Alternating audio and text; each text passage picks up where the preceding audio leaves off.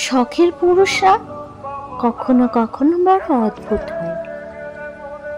তারা ভালোবাসে তবু বলতে পারে না। তোমার পাশে বসে অনেক সময় কাটায়, কিন্তু মুখে বলে না তোমার সাথে সময় কাটাতে ভালো লাগে। তোমার চোখে চোখ রেখে চুপ করে থাকে, অথচ সেই চুপ থাকার ভেতরে হাজারটা কথা লুকিয়ে থাকে। তারা রাস্তায় তোমার হাত ধরতে ভুলে যায়, কিন্তু কোনো গর্ত বা উঁচু নিচু জায়গায় গেলে তোমাকে আঁকলে রাখে নিঃশব্দে। তারা তোমার সাজে মুক্ত হয়, কিন্তু প্রশংসা করতে জানে না।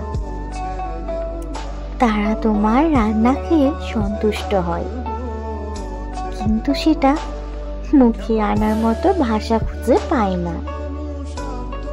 তারা যেন ভাবনার ভেতর বাস করে। তাদের ভালোবাসা রঙিন ফুল না, বরং নির্ভরতার ছায়া। তারা বলবে না ভালোবাসি, কিন্তু একবার অসুস্থ হলে সারা রাত জেগে বসে থাকবে তোমার মাথার কাছে।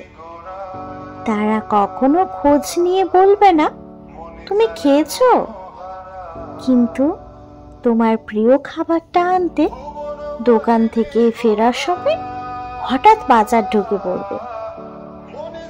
তারা পাশে থাকবে ভরসা হয়ে, অবলম্বন হয়ে।